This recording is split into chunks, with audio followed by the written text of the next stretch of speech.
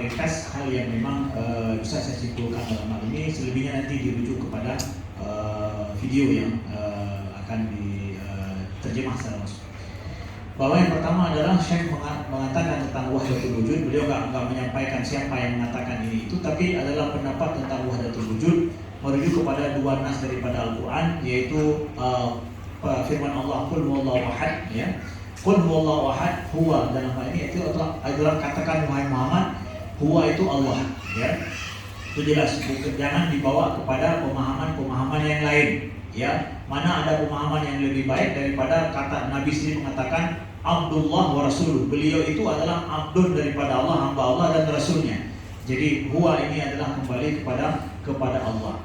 Nah, kemudian selanjutnya adalah kita juga ada nas yang kedua adalah tentang la ilaha illallah. Tidak ada Tuhan selain Allah. Jadi la ilaha illallah ini adalah menafikan ada Tuhan-Tuhan yang disembah apapun selain daripada Allah Subhanahu wa taala. Nah, kata-kata la ilaha, ilah ini ada itu bermakna adalah Tuhan. Itu adalah pemahaman Ahlus Sunnah, ya.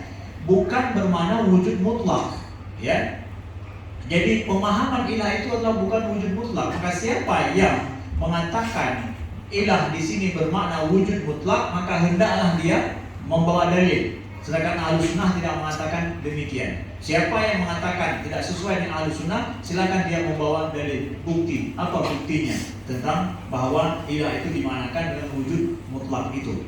Karena pemahaman wahdatul wujud itu mencoba untuk menyatakan bahwa tidak ada wujud selain daripada Allah. Mereka ingin memaknakan ilah itu dengan wujud, sehingga nanti terjadilah pemahaman wahdatul wujud dari situ. Jadi mencoba menafsirkan. Makanya Syekh mencoba untuk menjelaskan makna la ilaha illallah itu sendiri apa. Itu menafikan adanya Tuhan-Tuhan yang sebanding dengan Allah yang berhak untuk disembah. Nah, kemudian kita lihat ada Imam Junaid sendiri yang beliau memaknakan tauhid. Nah, kalau tadi adalah kalimatut tauhid la ilaha illallah, Imam Junaid sendiri sebagai a'immah di dalam tasawuf, sebagai imam dalam masalah dalam bidang tasawuf, beliau sendiri memaknakan tauhid itu adalah dengan ifradul qadim anil hadis, yaitu membedakan Allah yang qadim, ya, daripada yang hadis. Jadi ada di sana wujud Allah yang qadim, ada yang wujud yang hadis ini. Wujud qadim itu sungguh sangat berbeda dengan wujud yang hadis ini. Jadi wujud qadim itu ada, wujud yang hadis juga ada, tapi wujud yang hadis ini diijad, ya, dengan diijad, dijadikan oleh yang qadim. Jadi ada, tapi dijadikan oleh yang qadim. Itu yang disebut oleh Syekh dengan apa? Wujud kita itu madad, ya. Wujud yang hadis itu adalah madad, adanya sebuah anugerah, sebuah rahmat bahasanya juga madad ini daripada Allah. Karena itu kita terus ada. Kalau Allah enggak ada madad daripada Allah, maka kita tidak akan ada wujud kita itu. Maka ini yang kemudian banyak dari makna tauhid yang disampaikan oleh Imam Junaid ini, banyak mereka yang mengatakan wahdatul wujud, keheranan dan kesulitan bagaimana memanakan kata-kata Imam Al-Junaid ini. Alhamdulillah Allah mengilhamkan kepada Imam Junaid untuk mengatakan perkataan ini. Jadi ini bisa dijadikan sandaran juga bagi yang mengatakan dalam orang sufiyah tentang wahdatul wujud, dengan kita menafikannya dengan apa yang disampaikan oleh Imam Junaid tersebut, ya, yaitu ifradul qadim anil hadis. Nah, ini dinukilkan banyak oleh para ulama-ulama tasawuf di dalam kitab Imam Al-Qushayri. Kemudian nuktah yang dinasihati kita oleh Syekh dalam hal ini adalah tanya apa tadi? Karena Maulana tansahna al-talab bil wahbil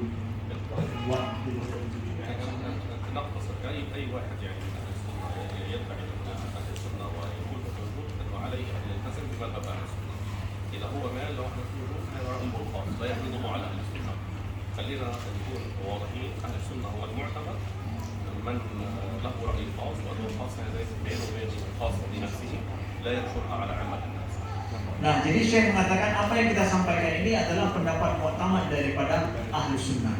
Nanti kalau maka Syekh menasihati kita semua tolong jangan campur adukan permasalahan atau pendapat kita dengan pendapat yang muktamad daripada ahli sunnah. Kalaulah kita punya pendapat sendiri dalam masalah yang pelik seperti itu, jangan bawa-bawa ahli sunnah ke dalam itu.